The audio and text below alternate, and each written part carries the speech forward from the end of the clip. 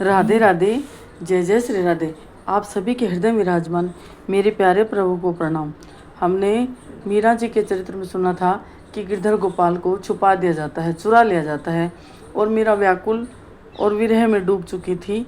और फिर ऐसा चमत्कार हुआ कि गिरधर गोपाल मीरा के बिना नहीं रह पाए। देखो, प्रेम वो होता है सच्चा। भगवान से सब प्रेम करते हैं, परंतु प्रेम निराला और सच्चा और पक्का वो माना जाता है जो भगवान स्वीकार करे। और मीरा का प्रेम भगवान ने स्वीकार किया था। और फिर जब ठाकुर जी विराजमान हो जाते हैं तो कल बताया था जलसा मनाया जाता है, बहुत बड़ा उत्सव मनाया जाता है, चौक पुराए जाते हैं, मंगल गीत गाए जाते हैं। और मीरा ऐसे सज धज करके भगवान गिरधर गोपाल की आरती उतारती है। और मीरा कुछ नहीं कहती। मीरा को तो कहने के लिए बस एक ही था। अब सब गोपियों ने कहा, जो सखियां थी, मंगला, मिथिला, चंपा जो थी, सबने कहा कि भाई साहब अब तो कुछ करना पड़ेगा, ऐसे पार नहीं पड़ेगी। हमें लगता है कि किसी ने कोई टोना टोटका कर दिया, या कोई किसी ने तंत्र मंत्र जादू टोने करके ही गिरधर गोपाल को छुपाया होगा, वरना हर पल तो हम पहरा देते हैं, कैसे कोई गिरधर गोपाल को ले जा सकता है।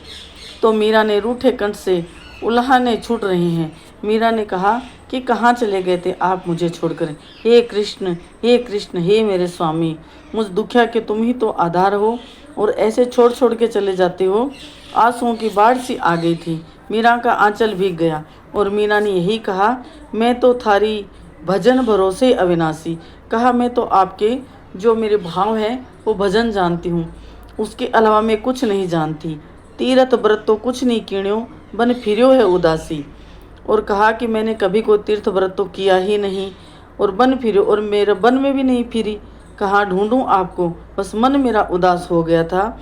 और जंतर मंत्र कुछ नहीं जानूं, वेद पढ़ी नहीं काशी। ना मैं कोई जंतर मंत्र जानती हूँ, ना कोई वेद जानती हूँ कि वेदों में लिखा हो कि कैसे भगवान को बस में किया जाता है या किसी प्राणी को बस में किया जाता है। मैं तो कुछ नहीं जानती। मीरा के प्रभु गिरधर नागर भई चरण की दासी।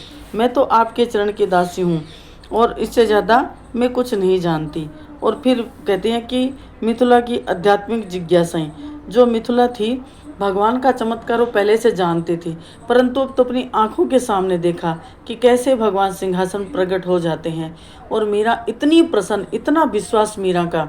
और मीरा ने गले लगा लिया अपनी सखियों को और कहा कि देखो, मैंने कहा था ना कि मैं प्रेम करती हूँ, तो प्रेम ये भी मुझसे करते हैं। मैं इनके बिना नहीं रह सकती, तो ये भी मेरे बिना नहीं रह सकते। अब सबका विश्वास पक्का हो गया और मिथिला की आध्यात्मिक जिज्ञासा बढ़ जाती है। और मीरा से प्रश्न किया मिथिला ने, क्या ये भागवत पुराण सब सच्चे हैं भाई सा हुक्म? तो एक बार मिथिला ने पूछा था, तो कहा, क्यों तुम्हें झूठे क्यों लगते हैं? मीरा ने हंसकर कहा, तो कहा कि इनमें जो बातें लिखी हैं वो अनहोनी सी लगती हैं। तो कहा, कौन सी बातें अनहोनी सी लगती हैं? तो कहा, राजा रुक्मानंद के 10,000 रानियाँ थी और रावण के 10 माथे थे। अंगलू की कोर पर प्रभु ने पहाड़ उठा लिया था, और सांप के 100 सिर, और उन सिरों पर प्रभु नाचे थे। ऐसी ऐसी बात मीरा से मिथिला कह रही है। क्या किसी के 10 माथ 10 सिर हो सकते हैं? क्या 100 फणों पर कोई छोटे रूप में भगवान आए बाल गोपाल, और क्या नृत्य कर सकते हैं? और किसी राजा के 10,000 रानियाँ हो सकती है? और इतना ही नहीं, गिरधर गोपाल की तरफ संकेत करके कहा, क्या 16,108 रानियाँ, 16,008 रानियाँ, 8 पटरानियाँ हो सकती हैं? और उनके भी 10-10 बेटे एक के उत्पन्न हुए। तो इतने मनुष्य भला रहते कहाँ थे? क्या ये धरती ओछी नहीं पड़ गई? और मंगला तो मीरा जी की तरफ देख रही थी, और मीरा मंद मंद मुस्कुराते हुए मीरा ने कहा, काल चक्र के साथ संसार, इसके प्राणी, इनकी शक्तियाँ, रूप आदि सब कुछ बदलते रहते हैं। आज हम जो कुछ देख रहे हैं संभवतः 500 वर्ष पश्चात लोग इन्हें झूठा या अनहोनी कहने लग जाएं। द्वापर गए हुए तो 5,000 वर्ष बीत गए। निरंतर परिवर्तन होते हुए संसार में एक सार कुछ भी तो नहीं है। जो कुछ शास्त्रों में लिखा है वह 2 प्रकार के मनुष्यों के लिए हैं। एक तो है वो जो ज्ञानी हैं, वे इन कथनों में छुपे अर्थों को अपनी बुद्धि की क्षमता से ढूंढ निकालते हैं। यानी एक तो ज्ञानी जन है, जो इनमें लिखा है उनका गूढ़ रहस्य वो अपने ज्ञान से ढूंढ लेते हैं और उनमें हृदय गमन करके आत्म स्वरूप का साक्षात्कार कर लेते हैं, और दूसरे वो होते हैं जो निपट भोले और अज्ञानी होते हैं। वो इनमें लिखे हुए को सत्य मानकर और श्रद्धा और विश्वास के बल पर इनका चिंतन करके पार हो जाते हैं। तो मीरा जी ने कहा कि जैसे कोई अज्ञानी और भोला मनुष्य होता है, निपट भोला, वो कुछ नहीं जानता, बस श्रद्धा और विश्वास के बल पर सब कुछ पा लेते हैं। और तीसरे प्रकार के लोग या तो संशयी होते हैं या व्यर्थ के तर्क वितर्क करने के में और सदा रोते ही रहते हैं। ना उन्हें इन बातों पर विश्वास होता है और ना वो इतने भोले सीधे होते हैं जो शास्त्रों में बताया आंख बंद करके और भगवान के भरोसे रह करके नैया पार लगा लें। वो कुछ नहीं पा सकते, ज्ञानी सब कुछ पा जाएंगे। और सीधे भोले हैं, उन्हें भगवान अपने आप ही जना देंगे, अपना भी लेंगे। परंतु जो कुतर्क करते रहते हैं वो रोते ही रह जाते हैं, उन्हें कुछ नहीं मिलता इस संसार से। रही धरती की ओछी पड़ने की बात, तो पागल काल की ही हो बाती, देश भी सापेक्षी है। एक बार गांठ बांध ले मिथुला, सर्वोच्च शक्ति उसे हम जो चाहे नाम दे, उनकी इच्छा सर्वोपरि है। उनकी इच्छा के सामने सारे सिद्धांत और सारे नियम धरे के धरे रह जाते हैं। यानी मीरा जी कह रही है कि वो जो सर्वोपरि शक्ति हैं, जो उनका सामर्थ्य है, उनके आगे किसी की कोई इच्छा नहीं है। उनकी इच्छा के सामने सारे सिद्धांत और नियम धरे के धरे रह जाते हैं। अतः केवल उनकी इच्छा के अधीन ही होकर सब कुछ रहता है। फिर मंगला पूछती है, सुना है कि प्रभु के मंगल विधान में जीव का मंगल ही निहित है, उनके अनुसार सबको न्याय ही मिलता है। कहा कि वे जो भगवान करते हैं वो सही ही होता है, और भगवान के जो भी बनाए विधान है उनमें मंगल ही मंगल है, और उनके अनुसार न्याय भी सबको मिलता है। फिर आप जैसी ज्ञानी और भक्त के साथ इतना अन्याय क्यों होता है? खोटे लोग आराम पाते हैं और भले लोग दुख की ज्वाला में झुलसते रहते हैं, ये क्यों? फिर मंगला ने कहा, लोग कहते हैं धर्म को दीमक लगती है, धर्मात्मा को भगवान तपाते हैं। ऐसा क्यों हुक्म? कहते हैं कि धर्म को ही दीमक लग जाती है, और जो धर्मात्मा लोग होते हैं क्या भगवान उन्हें ही तपाते हैं? इनसे तो भक्ति का उत्साह ठंडा पड़ता है। मिथिला वो जम समेट रही थी, वो गलीचा समेटते हुए थोड़ा स्वामी जी के गद्दे के समीप आकर बैठ गई, हाथ जोड़कर बोली, बहुत बरसों से मन की उथल पुथल मुझे खा रही है, यदि कृपा हो तो कुछ पूछूं।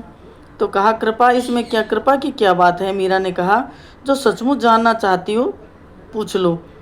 उसने बताया, जानने के लिए दोष है, और ना केवल अपनी बात श्रेष्ठ रखने के लिए तर्क वितर्क अथवा कुतर्क करे, इसे बताना भी दोष है।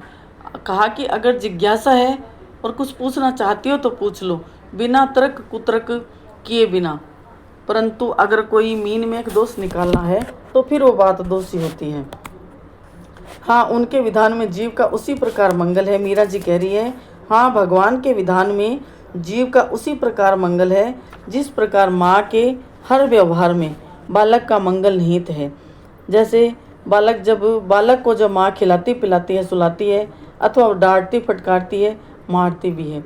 घर में खीर बनती है, परंतु किसी छोटे बालक या बड़े बालक के अगर बुखार है तो माँ का मन तो करता है खीर खिला दूँ, परंतु पता है कि बच्चे के लिए हानिकारक हो जाएगी। चाहे बच्चा कितना भी रोए चिल्लाए, पर माँ उसे खीर नहीं खिलाती है, क्योंकि माँ का उसमें कोई निजी स्वार्थ नहीं है। वो अपने बच्चे से प्रेम करती है और बच्चे का मंगल चाहने के लिए ही वो ऐसा करती है, डांटती है। पर हुक्म, आपने तो किसी का बुरा नहीं किया, फिर क्यों दुख उठाने पड़ते हैं? तो कहा, आज मीरा जी ने एक बहुत ही अच्छी और सुंदर बात कही। मीरा जी ने कहा कि जो फसल बोई जाती है वो कब बोई जाती है? तो कहा, चौमासे में बोई जाती है। तो मीरा ने हंसकर कहा, अब काटी कब जाती है? तो मिथिला ने कहा कि आश्विन मास यानी कार्तिक में, नवंबर में काटी जाती है और जून जुलाई में बोई जाती है। और कई बार तो मंगसिर में बोई हुई को वो कहते हैं ना गेहूं की खेती, चने की खेती होती है, उनको तो नवंबर दिसंबर में बोया जाता है और उनको तो अप्रैल में काटा जाता है। तो ऐसा क्यों? तो फिर कहा, इसीलिए तो जैसे कर्मों की खेती तुरंत कैसे पक जाएगी, वह भी इसी जन्म का कर्म फल अगले जन्म में मिलता है। कोई कोई प्रबल कर्म अवश्य तुरंत फलदायी होते भी हैं। जैसे खेती तुरंत नहीं काटी जाती, वैसे ही शुभ कर्म किया हुआ भी फल तो देता है, परंतु समय लगता है। कई बार अपने ही पहले के प्रारब्ध इतने प्रबल होते हैं कि कितना भी भजन करो, कितनी भी भक्ति करो, वो दिखाई नहीं देगी और वो व्यक्ति दुखी सा, उदास सा दिखता है। उन्हें लोग सताते भी हैं, परंतु वो अभी का नहीं है, वो उनके पिछले जन्म की खेती काटी जा रही है। और जब ये सुंदर जो बीज बोया है भक्ति का, उसका जब फल परिणाम में आएगा तो बहुत सुंदर आएगा। किंतु हुक्म अगले जन्म तक तो किसी को याद ही नहीं रहता। इस कारण मनुष्य अपने दुख के लिए दूसरों को अथवा ईश्वर को दोषी ठहराने लगता है। हाथों हाथ कर्म फल मिल जाए तो शिक्षा भी मिले और मन मुटाव भी कम हो जाएगा। तो मीरा फिर हंसने लग जाती है, क्योंकि मंगला ने कहा कि अगर दूसरे जन्म में फल मिलता है तो मनुष्य भूल जाता है, और जब उसके सामने दुख आता है तो जो दुख देता है वो उसे दोषी मानने लग जाता है। तो ऐसा भगवान का अगर विधान हो कि इसी जन्म में जो बुरा करता है उसके साथ भी बुरा होता देखे तो सबको शिक्षा भी मिलती है और फिर किसी को बुरा भला कहना भी नहीं पड़ता है और मन मुटाव भी कम हो जाएगा और सबको कर्म फल में सुधरने का मौका मिलेगा। तो मीरा जी कहती है, ये भूल न होती मिथुला तो अपने कर्मों का बोझ उठाए मनुष्य कैसे जी पाता। यदि हाथों हाथ कर्म फल मिल जाए तो उसे प्रायश्चित करने का अवसर कब मिलेगा। उसके विधान में सजा नहीं सुधार है। भगवान के विधान में कभी भी सजा नहीं होती है। जो कम बुद्धि होती है मनुष्य की, अल्प बुद्धि के कारण वो उसे सजा मान लेता है, वो तो उसके सुधार के लिए हैं। मिथुला, जैसे बालक कहीं गंदे कीचड़ में गिरकर पूरा लथपथ होकर घर आवे, माँ के मन में अथाह वात्सल्य होते हुए भी वह जब तक उसे नहलाकर स्वच्छ नहीं कर लेती तब तक गोद में भी नहीं लेती है और उसे डांटती फटकारती भी रहती है। अब ना समझ बालक यह न समझ पाए और रोए चिल्लाए, माँ को भला बुरा कहे, तो इसमें माँ क्या बुरा मानती है। वह तो स्वच्छ करके ही मानती है ना। हम सब उस बालक के जैसे हैं। तो सुख की बात करती है न मिथुला। मुझे तो अपनी इस 23 वर्ष की आयु में कभी भी संसार के किसी स्थान में सुख दिखाई नहीं दिया। सुख और आनंद जुड़वा भाई हैं। इनकी मुखाकृति तो एक सी है पर स्वभाव एक दूसरे से विपरीत है। मानव ढूंढता तो है आनंद को, किंतु मुख साम्य के कारण सुख को ही आनंद जानकर अपना लेता है। इस प्रकार आनंद की खोज उसे जन्म जन्मांतर तक भटकाए फिरती है। इनके स्वभाव में क्या विपरीतता है, मिथुला ने पूछा। तो कहा कि सुख और दुख आप कह रहे हो एक जैसे सही दिखते हैं, तो फिर इनके स्वभाव में विपरीतता क्या है। आनंद सदा एक सा रहता है, इसमें घटना बढ़ना नहीं है, किंतु सुख मिलने के साथ ही घटना आरंभ हो जाता है। ये सबसे बड़ी बात है। जब सुख आया है किसी प्रारब्ध पुण्य क्रम से, तो जिस दिन वो मिलना शुरू हुआ है उसी दिन से वो घटना भी शुरू हो जाता है। परंतु आनंद सदा एक जैसा रहता है। जिसका स्वभाव आनंद में रहने का है, उसके लिए सुख और दुख दोनों ही उसके आनंद में कोई कमी नहीं कर सकता। इसी प्रकार मनुष्य की खोज पूरी नहीं होती है। सारी आयु वह सुखी होने के लिए हड़काए कुत्ते की भांति दौड़ता रहता है। जैसे कुंवारा व्यक्ति सोचता है कि विवाहित व्यक्ति बड़े सुखी हैं, और विवाह के पश्चात वह सोचता है बच्चे होने पर सुख मिलेगा, बच्चे होने पर और बड़ा देखने का, फिर उनका विवाह है, फिर पोते पोती, अंत में शून्य हो जाता है। पर सुखी होने का सपना पूरा नहीं हो पाता। एक बात और सुन मंगला, इस सुख का एक मित्र भी है, और ये दोनों मित्र एक ही स्वभाव के हैं। उनका नाम है दुख। दुख भी सुख के समान ही मिलते ही घटने लग जाता है। अगर दुख आया है तो दुख जिस दिन से आया है उसी दिन से वह दुख घटना शुरू हो गया है। परंतु हम क्या है, सुख को ज़्यादा चाहते हैं। सुख में हम वर्षों बिता देंगे, परंतु दुख का एक दिन भी बहुत भारी लगता है, इसलिए वो घटता हुआ सभी हमें घटता नहीं लगता है, और सुख लगता है कि बहुत जल्दी समाप्त हो गया है। यदि सुख आएगा तो उसका हाथ थमे दुख भी चला ही आएगा। आनंद की कोई पहचान नहीं है। उनका ठोर ठिकाना कैसे ज्ञात हो कि पाने का प्रयत्न किया जाए। पहचान तो यही है कि वह एक सार है, वह ईश्वर का रूप है। यानी मीरा जी ने सच्ची सच्ची बात बता दी कि आनंद घन, आनंद स्वरूप, आनंद मूर्ति और आनंद मंगल तो भगवान ही है। आनंद कंद कृष्णचंद्र भगवान ही हैं। यानी ईश्वर का स्वरूप ही आनंद है। ईश्वर स्वयं आनंद स्वरूप है। जैसे सुख के साथ दुख आता है, इसी प्रकार आनंद से ईश्वर की प्राप्ति होती है। और जब हम अपने हर कर्तव्य कर्म को भगवान के निमित्त छोड़ देते हैं कि जो भगवान करेगा अच्छा ही करेगा, तो फिर हमें सुख में हम हर्षित नहीं होते और दुख में दुखी नहीं होते। धीरे धीरे हमारे सारे जो पाप कर्म वो भी समाप्त हो जाते हैं और जो हमारे पुण्य हैं वो हमने पहले ही भगवान को समर्पित कर दिया है। तो फिर उसके परिणाम में जो आनंद आता है, और जो आनंद आता है वही भगवान का सच्चा स्वरूप है। और फिर उसे पाने के बाद में सारी खोज समाप्त हो जाती है।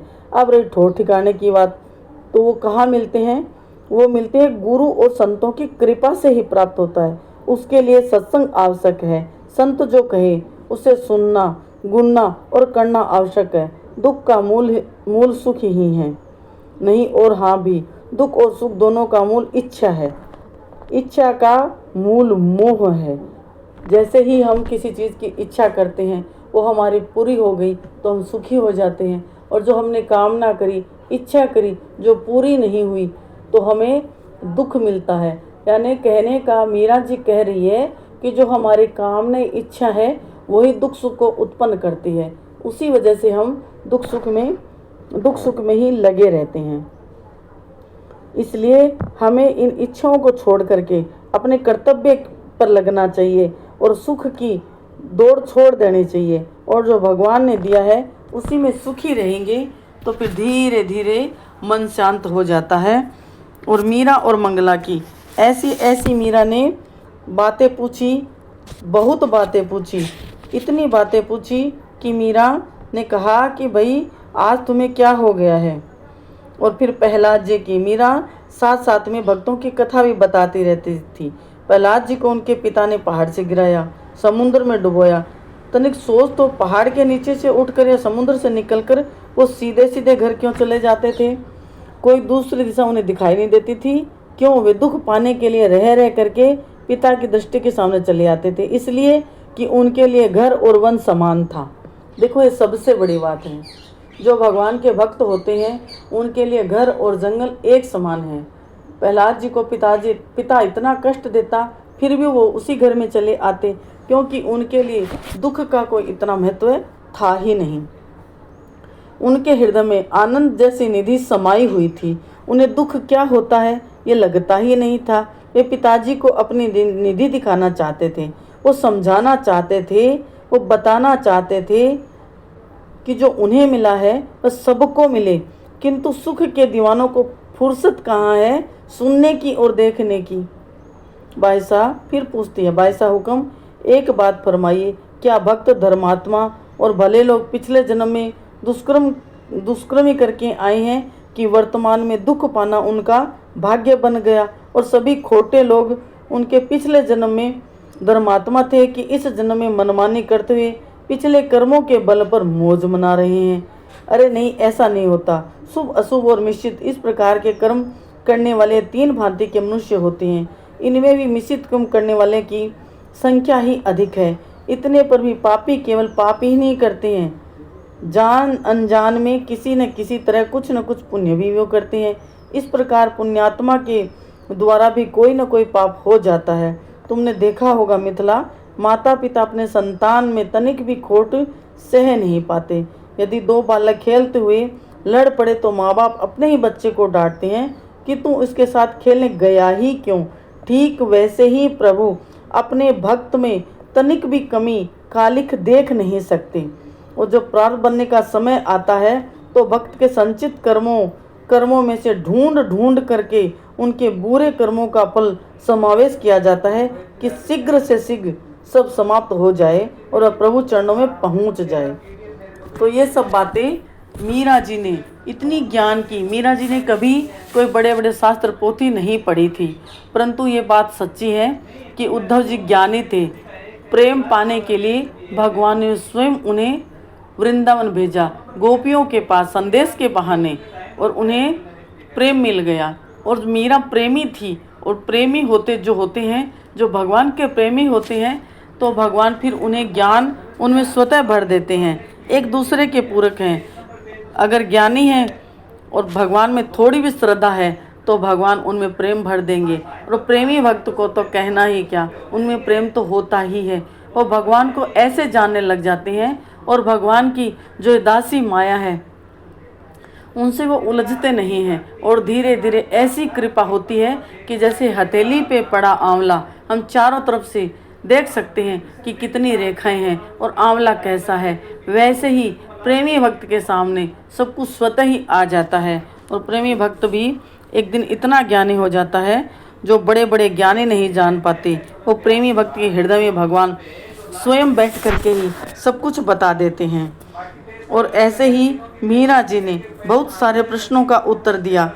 कहते हैं कि मीरा और मिथिला की जो चर्चा थी वो हो सकता है अहेतु की कृपा थी हम सब पर, जो अहेतु की कृपा थी, जो ऐसी कहते हैं भगवान प्रेम की ध्वजा फहराने के लिए मीरा को धरती पर भेजा था। और खाली भजन ही नहीं गाती थी मीरा ज्ञान का भंडार थी, और मीरा में इतना सरस और सरल ज्ञान, और ऐसे ऐसे बड़ी बड़ी उलझनों का, बड़े बड़े दुखों का मीरा ऐसे निवारण कर देती थी कि जैसे बच्चा किसी वस्तु के लिए रो रहा है और माँ उसे झट से उसके हाथ पे धर देती है।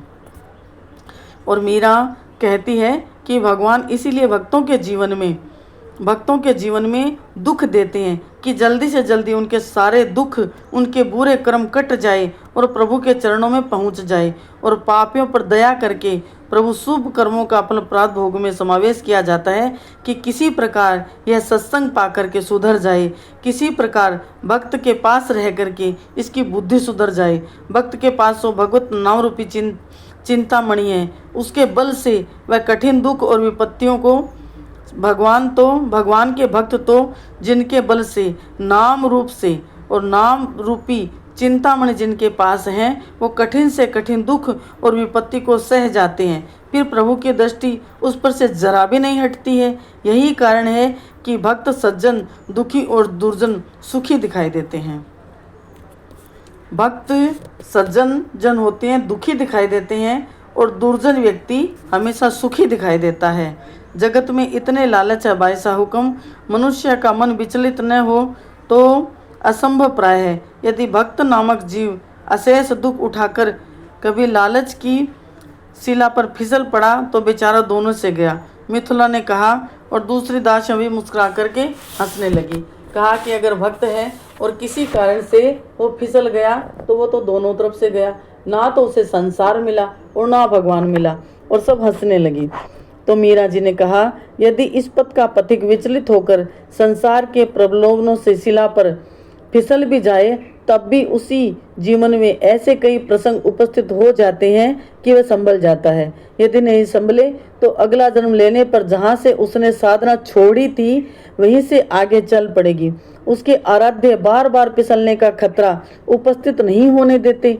अपने भक्त की संभाल वे स्वयं करते हैं। दुखों की सृष्टि मनुष्य को उजला करने के लिए, दुखों की सृष्टि मनुष्य को भक्तों को उजला करने के लिए होती है। दुख से वैराग्य का जन्म होता है, क्योंकि सुख की प्राप्ति के लिए किए गए प्रत्येक प्रयत्न प्रभु निरंतर निरस्त कर देते हैं, क्योंकि वो सुख चाहेगा तो सुख उसे मिलेगा ही नहीं, और हार थक करके वह संसार की ओर पीठ दे करके चलने लग ही जाता है। फिर तो क्या कहें, संत शास्त्र और वे सभी उपकरण जो उनकी उन्नति में आवश्यक हैं, एक एक करके प्रभु जुटा देते हैं। जो भगवान के भजन में श्रेष्ठ कर होते हैं, फिर धीरे धीरे भक्त पर भगवान की अनुकंपा होती है और वो संसार को सचमुच में पीठ देकर के बैठ जाता है। और जब संसार को पीठ देकर के बैठ जाता है तो भगवान सारे साधन अपने आप जुटा देता है, संतों का संग देता है, सत्संग देता है, भगवान की भक्ति कथा भागवत सुनने का अवसर मिलता है और अच्छे अच्छे काम करने का अवसर मिलता है। इस प्रकार एक बार इस पथ पर पांव धरने के पश्चात लक्ष्य के शिखर तक पहुंचना आवश्यक हो जाता है। भले दौड़कर पहुंचे या पंगु की भांति सरक सरक खिसकते पहुंचे, उसके लिए संसार के द्वार बंद हो गए हैं। जिसने एक बार सच्चे मन से जानना चाहा कि ईश्वर क्या है अथवा मैं कौन हूँ, उसका नाम ज्ञानी या भक्त की सूची में लिख लिया जाता है। वह दूसरी ओर जाने के लिए चाहे जितना प्रयत्न करे कभी सफल नहीं हो पाएगा।